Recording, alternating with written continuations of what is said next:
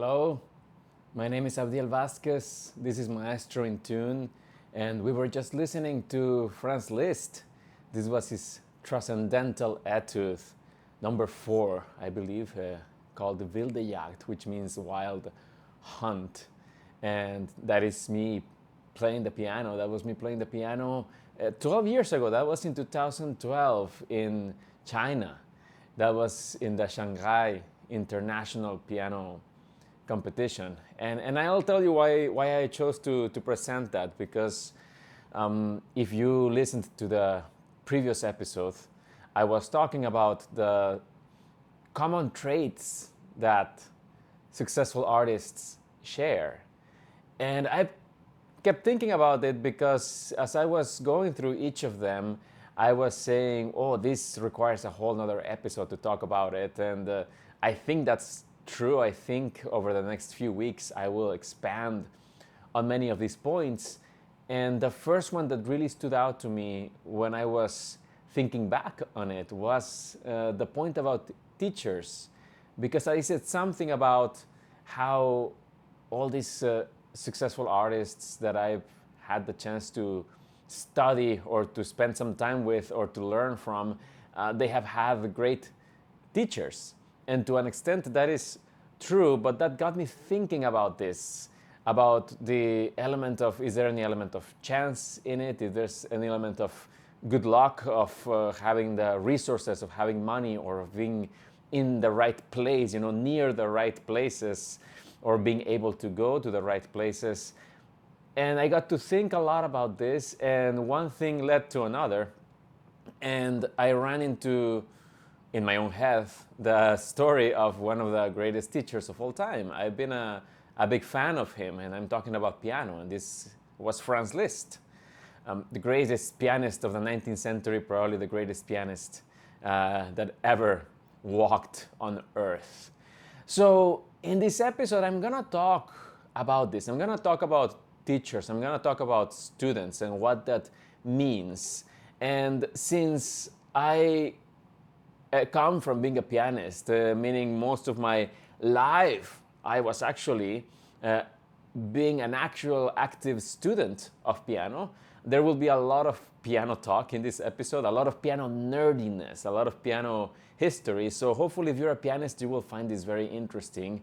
And if you're a musician, hopefully you will also find it interesting. But also if you aren't, or you're not too familiar with all the names I'm gonna mention, it's really not a problem. I still hope you find it interesting, because I think a lot of this applies to any of the arts, and it also applies to any craft or even profession where there's relationships between mentors and students, where basically you look up or you look back at a certain tradition, or a line of mentors that pass on their knowledge to each other. So that's a lot of fields where this dynamic takes place.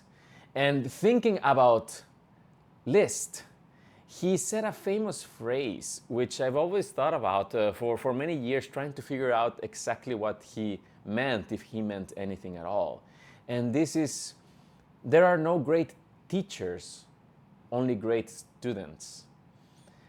And coming from where I come from, meaning the world of classical piano, this almost flies in its face towards on what the whole tradition of piano is, because piano is basically built on the idea of passing the teaching from one great teacher to the other. The reason why I remember this Shanghai piano competition is because of the incredible jury panel that was sitting there. I was quite nervous. It's insane, because I watched this video of me performing, and it's really not bad at all, but I look at myself and I think I see myself kind of being tense, or kind of being careful, not taking too many risks, because just the stakes are too high. And sometimes when the stakes are high, you don't want to make mistakes, or you don't want to let the passion or the fire of the moment make you lose control. And sometimes that would make me more like hold back a little bit. And I can see that in the video, I can see that in the performance, even if it was not necessarily bad. I did make it to the next round at that moment. But in the jury panel, there were sitting some of my heroes, people that I had heard about for more than a decade at the point, listened to some of the recordings, grew up listening to some of the recordings. The biggest name in that jury panel was Gary Grafman, an great legendary pianist, still alive today, well into his 90s. And he himself was a student of Vladimir Horowitz, probably the greatest pianist of the 20th century, my favorite pianist ever. I have devoured all of his recordings. So Gary Grafman studied with him, and then Gary Grafman himself became a very renowned teacher. He is at the Curtis Institute of Music, probably one of the best conservatories in the world, and two of his students are very, very famous today. One of them is Lang Lang, the other one is Yuya Wang. So you're talking about the creme of the creme of piano. Also in the jury panel was this other legendary teacher, Dmitry Bashkirov, Russian. He already passed away a few years ago, and he used to teach at the Reina Sofia Conservatory in Madrid, in Spain. Also one of the best conservatories in the world. Also great students passed through him from all over the world. Famous ones like Arkady Volodos, very active today. His own daughter is a great pianist, and she married Daniel Barenboim, one of the most renowned conductors and pianists in the world. So that was Dmitry Bashkirov, he was there. There was also Idil Biret, a Turkish pianist, a student of Alfred Cortot, and also huge recorded legacy that she has. And Jian Li, a Chinese pianist and conductor who was at that time the head of the Shanghai Conservatory of Music. And of course, this is one of the places from where some of the most amazing musicians come out of every single year. And I know I'm nerding out on you a lot, but I just wanted to transmit the feeling, of being in front of these legends and having them judge my playing. And also my teacher at that time was there in the panel, Oksana Yablonskaya, a great teacher on her own. I'm going to talk about her in a little bit. And if you think, or if I thought having my teacher there gave me any sort of advantage, well, I'm completely wrong, because the reality is that many of those teachers, great pianists in the panel had many of their students competing. So at the end, those advantages would cancel each other out, and it became sort of a fight. All you had by having your teacher there was a little bit of support, but in a way you were still out there on your own on the stage with the piano. So being in front of all these teachers made me always think of, well, this is what this is about. It's about the great lineages of great teachers passing on their knowledge to each other. And my goal since I started thinking of piano seriously as a career, as a profession, was to try to insert myself into this tradition. I was coming from an industrial city in Monterrey with no real cultural tradition, at least not in these terms, in the terms of the classical music of the Western canon. So I had to somehow make up for it. I was lucky enough that my own teacher in Monterrey, Gerardo Gonzalez, was one of the few that had this tradition. So I'm going to talk about it a little bit, and I'm going to talk about also my other teacher, Oksana Yablonskaya's lineage, because it always made me very proud. I would research a lot about this. I would obsessively look into all of it, and I would go into these rabbit holes. You can easily go into Wikipedia rabbit hole, and you can do that if you're a singer or if you're a conductor or any kind of artist, if you're a painter. And I know it's there also for other professions. We basically build on the works of those that came behind us, before us. So in the case of my teacher, Gerardo Gonzalez, he would proudly say that he was a student of Angelica Morales, who was a sort of legend in Mexico, this great pianist. She probably died more than 30 years ago, or almost 40 years ago. And she herself was a child prodigy, a big child prodigy, so much so that in the early 20th century, the Mexican government sent her on a scholarship to Europe to study with the best people at that time down there. And one of those was this guy called Emil von Sauer. And Emil von Sauer was a student of Franz Liszt. So this is just a great lineage that you have. And actually, if you're curious at all, you can find Emil von Sauer's recordings. He was one of the first people to ever put anything into recording, and they're still on YouTube, and it's this amazing window into the past. There's actually many of Liszt's students who did recordings, and it's just incredible to hear them. It's fascinating and mesmerizing. So Emil von Sauer studied with Franz Liszt. And Franz Liszt himself would proudly boast about his own lineage, because Liszt studied with this very famous guy named Karl Czerny. And he's famous, especially in the world of pianists, because anyone who ever studied piano as a little kid or started piano with a formal teacher or a formal education, they had to go through the scales and exercises and etudes by Karl Czerny. It might even bring a little bit of, a small, soft PTSD on some students to think about Czerny.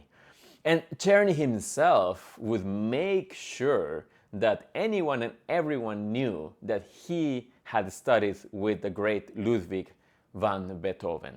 So, and indeed that was true. Beethoven taught Czerny, even though Beethoven had a sort of aversion to teaching. Everyone had to teach. All musicians have had to supplement their income in one way or another. So Beethoven taught Czerny, and Czerny taught Liszt, and Liszt taught Emil von Sauer, who taught Angelica Morales, who taught Gerardo Gonzalez, who taught me. Isn't that wonderful? Isn't that something to boast about a little bit? And later, when I went on to study with Oksana Yablonskaya, I would, of course, do my homework. I would do my research.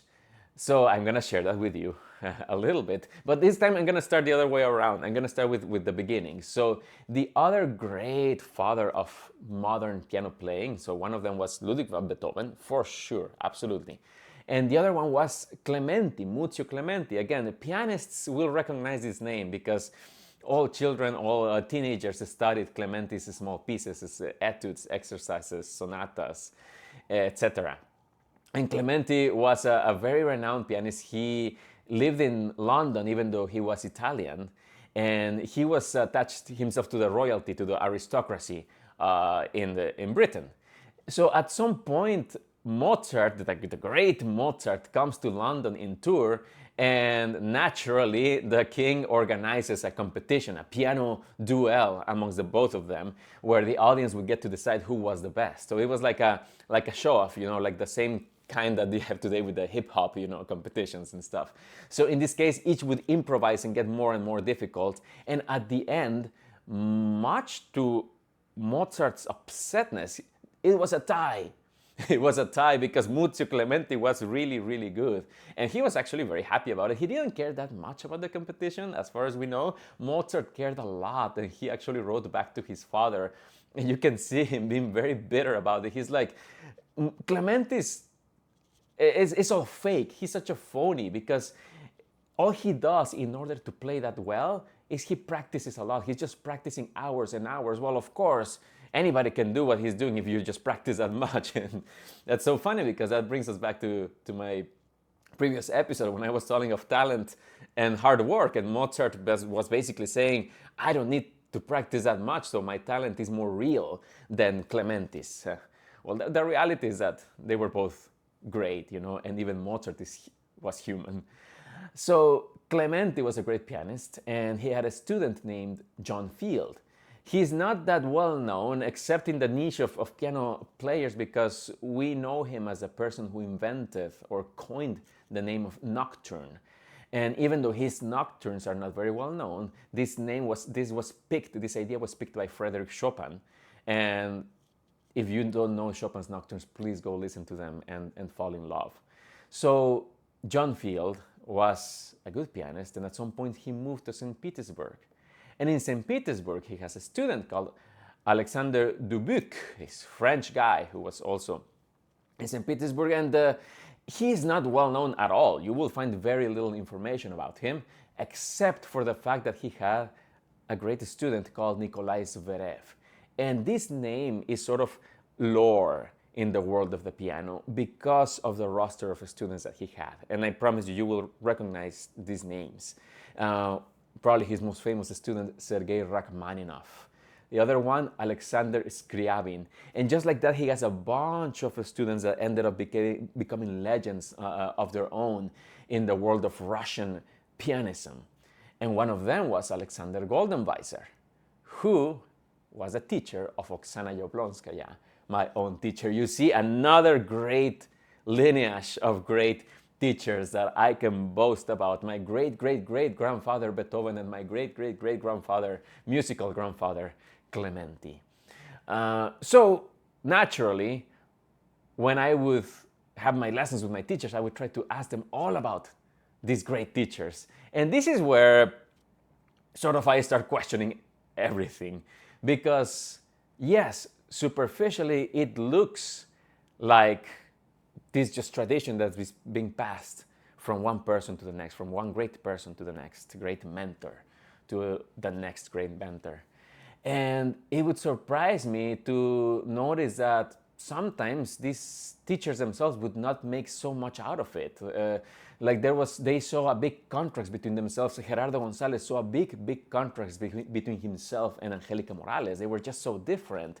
He almost didn't like her teaching style or her way of playing. He didn't connect with it, even though he admired it very much. The same with Yablonskaya and Goldenweiser. That's even in her book. So I found that interesting. You keep digging, and then you realize, well, this Zverev guy only studied with Dubuk for a little while in Europe, because then he had to go back to St. Petersburg. And then you realize that Liszt himself only studied with Czerny for like 18 months when he was like 9 years old, but really his career started 10 years later. And even Czerny was very different from Beethoven. Czerny, we have contemporary accounts. We know that Beethoven was very passionate when he played, and he felt music a lot. People would cry in his concerts. And Czerny was the opposite. He was known as this very strict, this very correct guy, this very proper guy, who of course created all these exercises to develop a technique that then later Liszt completely, expanded upon, or even you could say he invented his own. So how much of this is really a tradition that's been passed on from teacher to teacher? And there's countless other examples, even amongst this lineage, of some person was completely fully formed by the time they came to Liszt, and they would only come for some master classes where they would just play the piece once and then Liszt would give some comments. So to what extent can they really call Liszt their teacher? So this got me thinking about the phrase of Liszt. And this is a thing with Liszt. A lot of people dismiss him as this greatest showman. And yes, he was indeed probably one of the inventors he was the inventor of the piano recital, but he was one of the inventors of this idea of the musician as a rock star. He would do shows on his own that would be unheard of at that time. That was looked down upon as wow, that's really calling attention upon yourself. That's the ultimate form of arrogance, but he truly believed on this possibility, and of course it took on, and he would turn the piano so that people could see his beautiful profile. And so on and so forth. He was the ultimate marketer. He knew how to get an applause from the audience. He knew how to get a reaction from the audience. So there's this reputation or this sort of idea that there may be some superficiality to him because of this showmanship. And if you hold on to that idea, then when you think of this phrase, there are no great teachers, only great students, coming from someone who had a lot of amazing students, therefore, people thought of him as one of the greatest teachers in the world, it almost sounds like either a humble brag or just a phrase meant to provoke, to get a reaction out of the audience, but of course that you could just dismiss as a sort of light provocation or something meant to spark some sort of debate. This could be true, but the reality is that there's way more depth to Liszt. And if you want to discover some of it, I really recommend the biography by Alan Walker. One of the greatest biographies biographists out there, and we're lucky, we musicians are lucky that he happens to focus on music and musicians' biographies, because he's really very good at it. He combines like a great journalism and research capacity with storytelling. So this biography, which is a 3-volume biography, which looks daunting on its face, it really reads like a novel. So if you're a pianist, you have to read it. If you're a musician, you have to read it. And if you aren't, you still would love this biography if you have any interest in the arts and in the history of music. So you find Liszt's career, the one that made him famous as a pianist, as a touring rock star, it really only lasted 12 years, and he lived to be up to 75, and he retired when he was reaching his 40th year. So really it was a very short amount of time when he was the greatest showman. Later in his life, he really became a man of profound depth, of profound intellect. He was very well read, and I have to say also profound humanity. See, not all artists are great people, and we can probably dedicate a whole episode to talk about this and the separation of the art and the artists, whether that should even exist. But Liszt was really one of those great and most generous persons ever, and he dedicated his later life, to support young talent, to support new music, to support people who needed support, and not only moral, but financial and artistic, and all kinds of things. He would perform the music of Robert Schumann when he couldn't perform it himself. He would perform the music of Chopin, who was averse to the audiences. Liszt would bring his music to the audiences. He became a conductor, and he did a lot for Richard Wagner, who ended up opening a whole another chapter in the history of music. So Liszt eventually became a renowned teacher, and they would come to him from all over the world to study with this legend, and he never charged a penny. He was set financially, so he never charged a penny to all his students, and they would follow him all over Europe. So he knew a thing or two about teaching and about talent and about students.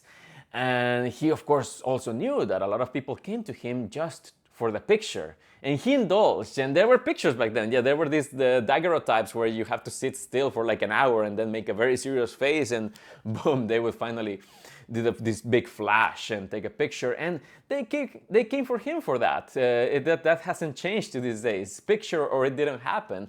But how much of this was sincere, pursuit of becoming a better pianist, who knows? And he knew that.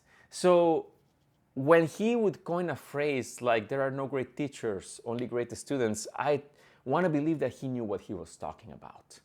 And grabbing what he said and grabbing what I've been telling you about this lineage of teachers that is not so straightforward, I started thinking about, what if I got it all wrong? What if I'm looking at it from the opposite side? What if this is not a lineage of great teachers, but rather a lineage of great students? And then things started to make a little more sense to me, because talking about my previous episode, whether all successful artists have had great teachers, maybe I was not completely right about it or completely accurate. What I could say with absolute certainty is not maybe that they all had great teachers, but definitely that they were all great students. So what does it mean to be a great student? What does that mean? And this is where I am like, all these people took agency over their own education. They took charge of themselves, and it requires a huge amount of self-knowledge. It's a process, never-ending process of self-discovery, of knowing what are your talents, yes, but also where are your shortcomings, what are your motivations, what are your incentives, what kind of things do you consider rewarding for yourself, what motivates you to learn, what kind of teaching style works for you, what do you need at the moment. See, great students listen to their bodies. Great students know their brains, know their minds, how they work, how they structure themselves. Great students know when it's time to switch gears, when it's time to go to a different teacher, when it's time to look for something else. Great students know that even if you're not necessarily with the greatest teacher at the moment, you can get the best out of them. Great students know that if you're with a great teacher, that does not mean that the great teacher just has a magic pill. You still have to put in the work. You still have to do your homework. You still have to practice. You still have to study. You still have to figure a lot of things out on your own. And suddenly this explains.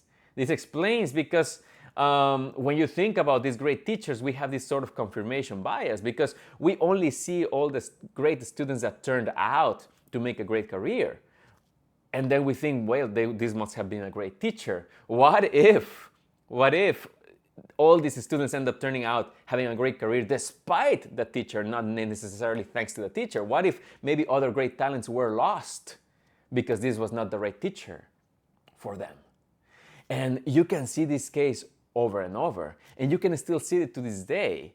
If any of you saw the movie Whiplash, which deals with this style, which is very present in this traditional classical arts like music or like classical ballet, this style of tough love, so to speak, when teaching, that a certain degree of violence, of psychological or emotional violence is needed, or certain degree of toxicity, you know, of undermining you so that you can rise up and get better. And a lot of teachers justify that with, like, at the end, justify the means. If at the end a great student comes out of it, well, that means it was all worth it. And sometimes the students themselves buy into this narrative. Even the students say, well, thanks to that tough love, I was able to rise up. But what if it was the other way around? What if that strength and resilience was already within you and you were forced to discover it because of this teaching style that was imposed on you? And you just had to rise above it, right? So it's not so much that you have to be grateful to them, it's you have to be grateful to yourself and give yourself a little credit because you were a great student. And this is, I think, very important because when you talk about what makes a great teacher, I want to believe on basically just two things. One of them, borrowing from the field of medicine and the Hippocratic oath, is do no harm. Seriously, do no harm. If in order to form one great student, you have to undermine 30 others that are now traumatized, that now hate music, or they are always going to be insecure, or they're going to pass on those insecurities or teach the next generation of students in this style, I'm not sure it was totally worth it. I'm not sure that was totally necessary. Do no harm. And that's what I've seen in those who I consider the greatest teachers. Because even if not all the students went on to have great careers, they ended up finding their own paths in lives, but they love music. They look back at their time with this teacher with gratitude. And they look back at it as a time where they got to discover themselves and learn themselves and find confidence in themselves regardless of what their ultimate path ended up being. And this takes me to the second point of what makes a great teacher. And this is give your students confidence. Believe in them. If you don't believe in the student that's in front of you and you don't show them that you believe in them, you may be doing some more harm than good. And if you're a student, don't sweat it. Don't sweat it. Go to the person that believes in you. And I know that there's debate on this area because a lot of teachers want to get real. And they want to get real, and this comes from genuine concern for the student. They're like, I don't believe this student has what it takes. I don't believe they have the talent, or I believe they're too late, or I believe whatever, and they want to save that student from the heartbreak of discovering this on their own. And then they end up clipping their wings. They end up, undermining their dreams. And the reality is that I don't think that has ever really worked. If anything, the student ends up taking this as motivation to prove the teacher wrong. And whenever this works, It may look like, well, thanks to the teacher, trying to undermine me, I became better. Well, it's not thanks to that. It's in spite of that. So, teacher, don't give yourself so much credit for clipping someone's wings and then the person becoming great later. Let them soar, because I promise you, artists will find out on their own.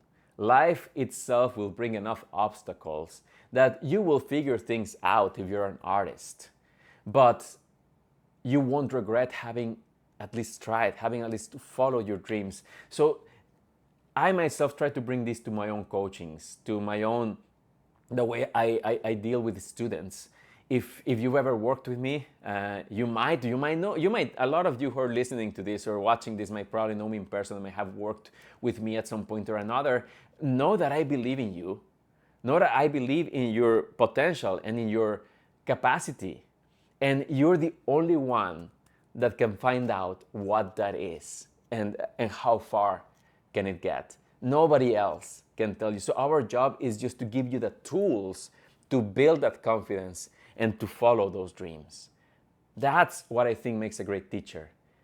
And if you're a good student, you will find the people that will do no harm to you and that give you the confidence and the tools to have this confidence to go follow your dreams. And sometimes, even if you don't get all the tools, but just the confidence in itself, it's almost like a placebo. And I say this in the good way, in the sense of like, maybe right before going on stage, nothing has changed. You still have the same technique, but if somebody says, you're gonna be great, you believe it. You believe it and you do even better.